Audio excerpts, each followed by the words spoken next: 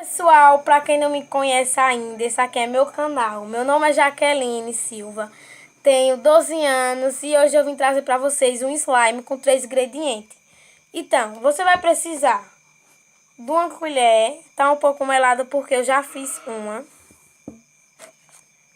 de um recipiente, de cola branca, tinta guache e água boricada, que é o ativador de dar a consistência da slime. Então, você vai logo começando colocando cola. Eu vou colocar um pouquinho aqui.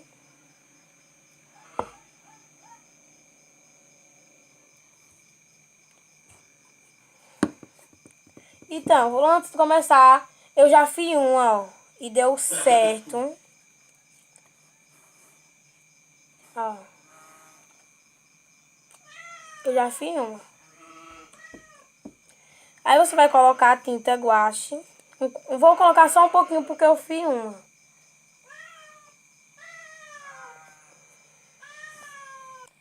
Eu já coloquei.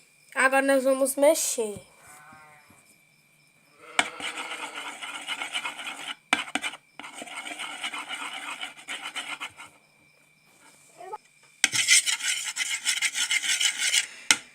Eu fiz pouquinho porque eu já disse a vocês que eu fiz uma. Eu já fiz várias. Você vai colocando o ativador, que no caso é água boricada, aos poucos.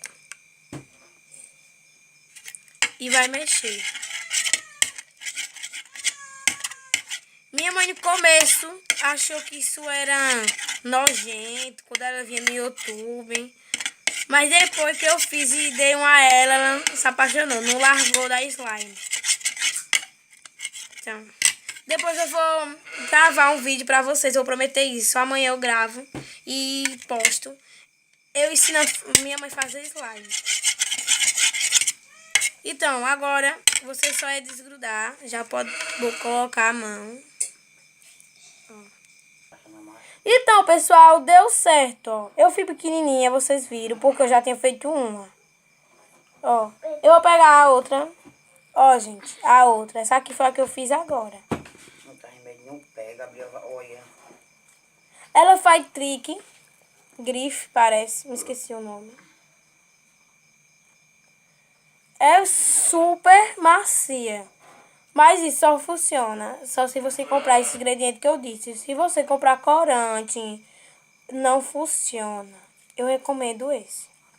Eu misturei as duas slime. A pequenininha e essa. Eu vou espalhar elas aqui.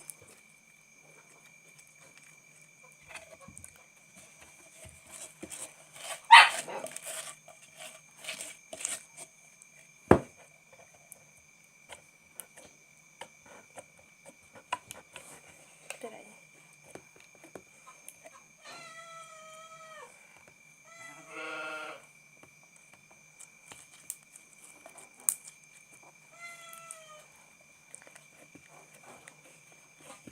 É muito boa.